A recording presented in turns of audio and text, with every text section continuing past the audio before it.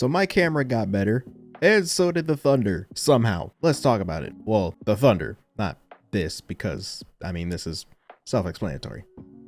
Because what this Thunder team is doing to the rest of the NBA is something that I can't even really fully wrap my head around. The OKC Thunder, as it stands right now, are 12-1, but it's not just the fact that they're 12-1, it's how they're doing it and how they are winning these games. Because when you're thinking about all-time teams and talking about all-time great teams, specifically teams that were all-time great both offensively and defensively, you have a few choices. You have the Kobe and Shaq Lakers, for example. You have the great Bulls teams of the 90s, of course. And then you have the Bill Russell Celtics pretty much all the way at the top in terms of defensive dominance over the rest of the NBA. And for the most part, that Bill Russell team, or those Bill Russell teams, have been considered to be somewhat of like a gold standard in terms of defense in comparison to the rest of the league. Some of those teams, more specifically, I believe it was the 64 Celtics team, boasted a defensive rating that was 10 points better than league average at the time. And that's sort of been just this like unfathomable, insurmountable feat that nobody else has really even gotten close to since then, other than a few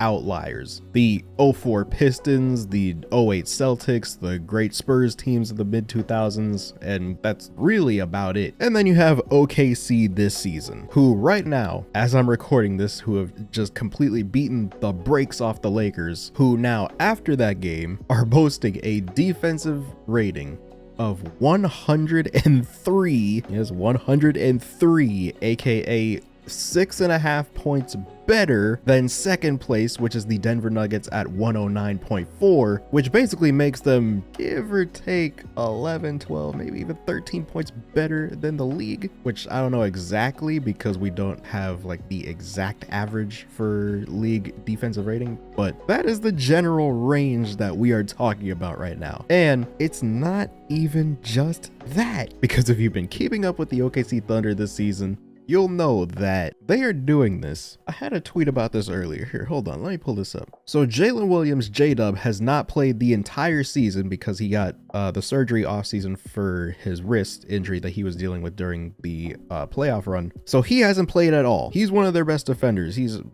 on his best day, arguably their best defender, but that's another conversation for another day. Lou Dort has missed 5 games with injury. Isaiah Joe has missed 5 games. Chet Holmgren has missed 4 games. Alex Caruso has missed 4 games. Aaron Wiggins has missed 3 games, and Cason Wallace has missed 1 game. Are we fully understanding what is like actually happening here? They're putting together such a historic defense, and they're doing it while not having their main rotation of guys on the floor for half of the game so far, and they're still blitzing everybody else.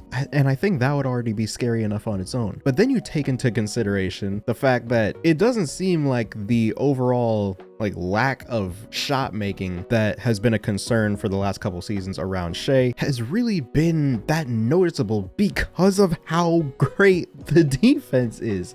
So when the defense is just all the way up here, if the offense is down here, well then the defense is still up here. So that covers for anything that is going wrong with the offense, you know, that is down here. It doesn't make any sense what I am witnessing right now.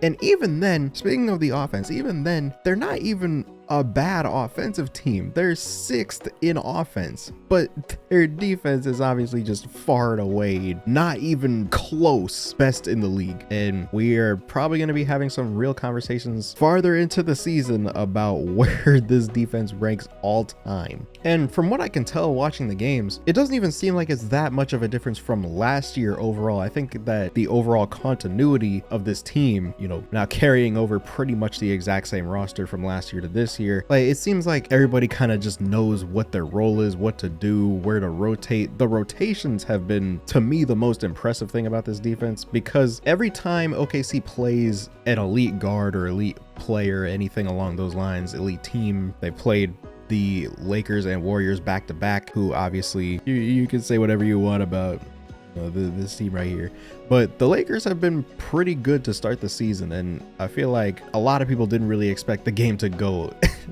the way that it did. But when you have this defense that is just on a string, and we've heard that term a lot when describing this team specifically. I don't think it really even matters who has been out there as long as the overall just principles are in place, because like even with some lineups with guys that are good defenders but not, you know, like all the way up here like a Alex Caruso or a Lou Dort or a Jalen Williams, you have lineups with say Isaiah Joe, for example, that are still putting up these crazy defensive metrics. And that, of course, that's no disrespect to Isaiah Joe, it just hasn't really seemed like it's mattered who's on the floor. No matter what, the driving lanes are going to be closed off, the passing lanes are going to be narrow, and overall it's just been insane. The OKC Thunder, as of right now, through 13 games, have only allowed over 110 points 3 times. 2 of those times being the back-to-back double overtime games at the start of the season, the 3rd time being their only loss of the season to the Portland Trail Blazers, in which they gave up 121. That's it. Every other game is just 100, 94, 101, 108, 106, 107, 101, 100, 102, and with the Lakers 92. But the defense is of course only half the game, which brings us to the offense. And with the amount of players being out, that has been led largely by Shai Gilgeous-Alexander, who is putting together another just otherworldly regular season by the looks of it. This dude is extending his streak of 20 plus point games, which I believe is at 85 now at the time of this recording. Only Wilt Chamberlain has had a longer streak than that. So far this season, he has scored 30 or more points in all but 2 games. One of those games being against the Dallas Mavericks and the other one being against the Golden State Warriors,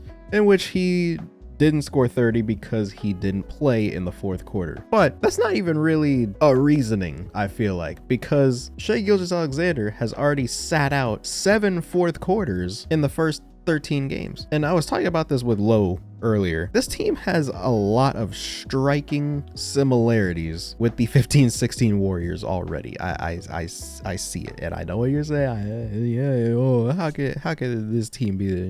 Yeah. We're talking about a team that won 68 games last year. The 15 Warriors won 67. Went on to win the title in a series that a lot of people feel would have went the other way had players not gotten injured. And now we have Shai Gilgeous-Alexander doing what he's doing, and of course sitting out the 4th quarters, which obviously reminds you a bunch of Stephen Curry that season. Now, I already know what you're saying. I know that playoff run was not really as convincing as we thought it would be, considering how well they were playing in the regular season last year. But if this is how they're playing this year, I don't actually see any situation where a team is even gonna be competitive with them, because that's how convincingly they are winning a lot of these games. They beat the Rockets double overtime on opening night. They beat the Lakers by 30, had a 30-point lead in the 2nd quarter, and then it's to be honest, it's a bunch of other teams that they should be beating, but not like that. That is crazy. So we will see as their schedule kind of gets tougher as the season goes on, how they will actually consistently perform against those teams. But as of right now, this is looking insane. You have Shai averaging 33 points again, shooting 52% from the field again, 36% from 3 again on even more attempts, 6 attempts this season. You have Chet Holmgren fully back now, who has had a full offseason to kind of recover fully from the injury last year. He has looked fantastic as always, especially as arguably probably the 2nd best rim protector in the league behind Wemby, another factor of this defense. You have AJ Mitchell, who has sort of taken on the role of J-Dub, I guess, because he has been putting together a fantastic start to the year, putting up 17 points a game and kind of making up for that scoring void that is being left by J-Dub not being out there, which I am pretty interested to see what kind of happens to his minutes as J-Dub starts to get worked back into the rotation, you know, within the next few weeks or whatever, because he has been playing incredible. Like it's insane. You have my guy Cason Wallace, and yes, he's my guy because I figured out recently that we are actually birthday twins. We were both born on November 7th. So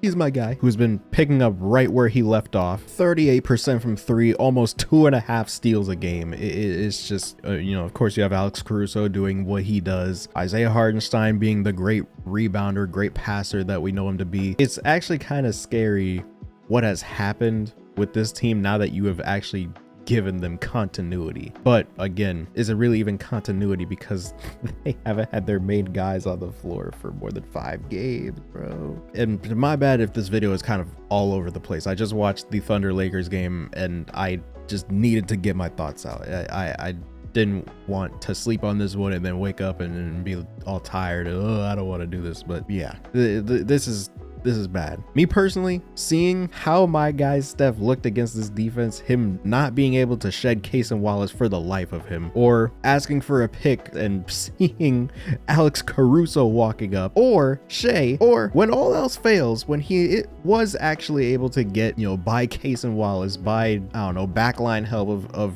Jalen Williams, then he's running into Chet Holmgren at the rim. Like, it's just, what are you supposed to do? Like, what is that? So yeah, early into the season, but man, this is already, this is bad. I'll probably have a lot more to say about this team once we have a way bigger sample size. Say, I don't know, 30, 35 games. But with all that being said, I hope you guys enjoyed this video. Subscribe if you're new. Hit the bell to be notified when I upload. Comment down below what you want to see next. And as always, I'll see you guys in the next one.